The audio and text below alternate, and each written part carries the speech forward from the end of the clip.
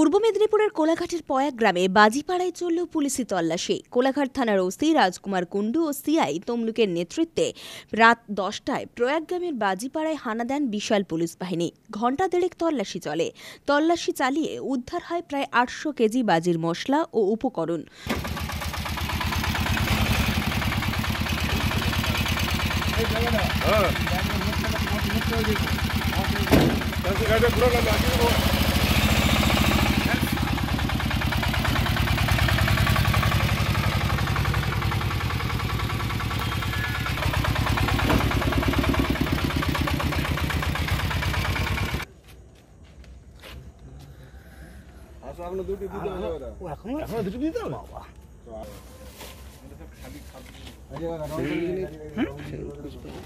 খোলা বাক্স ভর্তি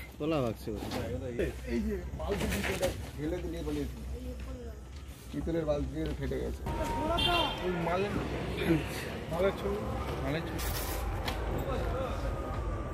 তবে গত দুদিন আগেই দক্ষিণ 24 পরগনায় বাজি বিস্ফোরণের ঘটনার পর পূর্ব মেদিনীপুর জেলাতেও পুলিশের সক্রিয়তা লক্ষ্য করা যায়। তবে ঘটনায় কাউকেই গ্রেপ্তার করা যায়নি। আমাদের সিআই সাহেবের নেতৃত্বে, সিআই তমলুক সাহেবের নেতৃত্বে আজকে রেড করা হয়েছিল।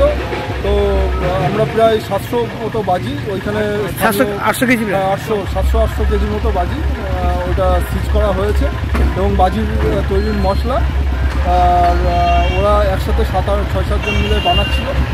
তো সেইভাবে আমরা কেস স্টার্ট করবো এবং পরবর্তী আরও আমরা অ্যাকশন নেব। কেউ কি অ্যারেস্ট হয়েছে আজকে? না, এখনও অ্যারেস্ট হয়নি।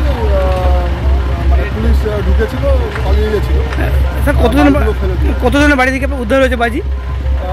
বাড়ি বলতে এক জায়গায় বানাচ্ছিল, সেখানে 3-4 জনের বাড়ির লোক, মানে 7-8 জন টোটাল ইনভলভ ছিল। Thank you sir. চলবে, রেড কন্টিনিউ রেড চলবে। পুলক বেরার রিপোর্ট, খবর BCBS।